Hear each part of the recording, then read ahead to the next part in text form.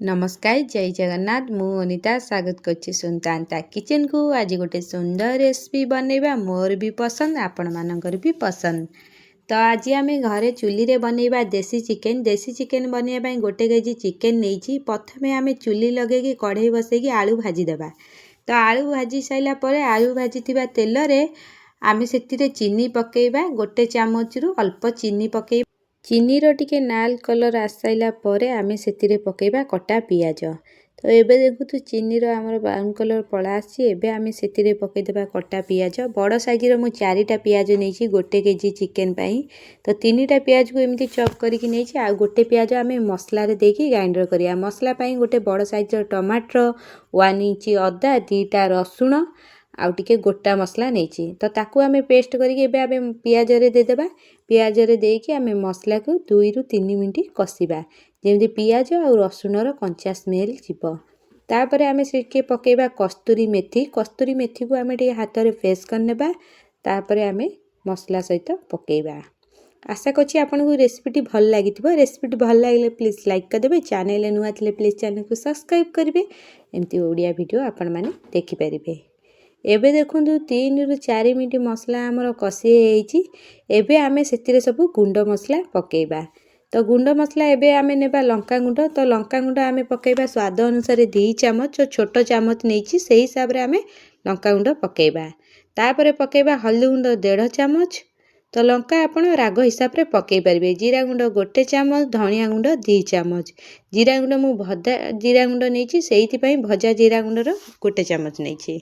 तो ताकू सब मसला पकई साइला परे आमे मसला को टिके भल भाबरे खेळै देबा। तो 2 रु 3 मिनिट टिके आमे मसला को कसिबा टिके अल्प किछि पानी देबा। तो आधे कप रु टिके कम पानी देकी आमे मसला को टिके खेळैबा। तो एबे देखुंतु मसला हमर हेई आसलानी मसला जो कंचा स्मेलटा थिला सी भी चली जाईची। एबे आमे जो चिकेन को धोई की रखिथिले तो ताकू पकेबा। नॉर्मली आमे घरे कोन करंती चिकेन बलेले आमे मैरिनेट करंती नै। तो देसी चिकेन आपण काटिकी आनिकी धोईकी पकेई परिबे। तो एबे आमे एमती करिकी सब जाक चिकेन को देई देबा। तो चिकेन को सब देई साइला परे आमे सेतिरे स्वाद अनुसार लूण पकेई देबा। तो चिकेन सहित लूणटा पकेकी आमे कसिले चिकेनटा हमर जल्दी सिझी जिवो। तो एबे आमे स्वाद अनुसार लूण देई देले तापरे मांस को आमे टिके खेळे देबा।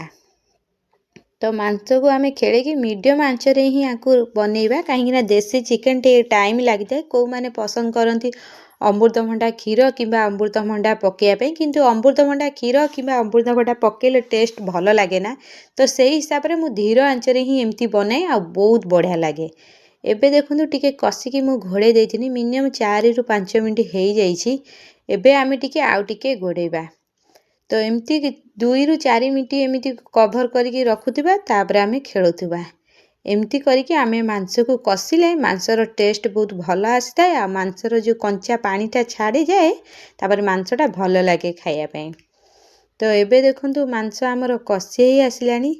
तो एमती करके आमे तरकारी को बनेइबा। आपण माने मीडियम आंच रे ही बनेइबे मांस जेमिति सिझिबो काहेकि ना देसी चिकेन टिके टाइम लागिଥାଏ। एबे आमे चेक करिबा मांस सिझिछि कि नाही। तो एबे देखुंतु मांस हमर अल्प सिझी आसिलानी 70%। तापर आमे सेतिरे जो भाजी के रखतिले आलू तो ताकू पकेबा। आलू पकेकी 4 रु 5 मिनिट टिके आमे कसिबा सेतिरे किछि पानी देकी। तो एबे देखुंतु हमर कसा हेई गलानी मु 4 रु 5 मिनिट आलू रे पानी टिके देकी कसी देइथिली। एबे आमे सेतिरु किछि मांस काढी परिबा। आपण एमती भी चाहिले कसा मांस खाई परिबे। मांस तो हमर पूरा भल भाबरे सिझी जाईछि। एबे आमे सेतिरे पानी दे देबा। तो झोल हिसाब रे पानी देबा। चिकेन ले बेसी पानी देले भल लागेनी। तो जोटू देसी चिकेन सेतिरु आमे किछि अल्प पानी देबा। तो गरम भात सहित खाइबा को हेले टिके किछि पानी देबा। तो गैस को एबे आमे हाई कर देबा। तो मु जोटू चुली रे बनौजी चुली टिके आमे स्पीड रे जाली की आमे मांस को फुटेइबा। तो एबे हमर तरकारी फुटी जाईछि। एबे आमे सेतिरे धनिया पत्र पकेई देबा। आपण चाहिले गरम मसला भी पकेई परिबे। कंचा मसला पकेला बेले मु दालचीनी गरम मसला पकेइतिली सेति लागि मु गरम मसला पकेइबी नै। एबे हमर तरकारी हेई आईछि। एबे आमे गोटे प्लेट को काढी देबा। आज पई एतिकी जय जगन्नाथ।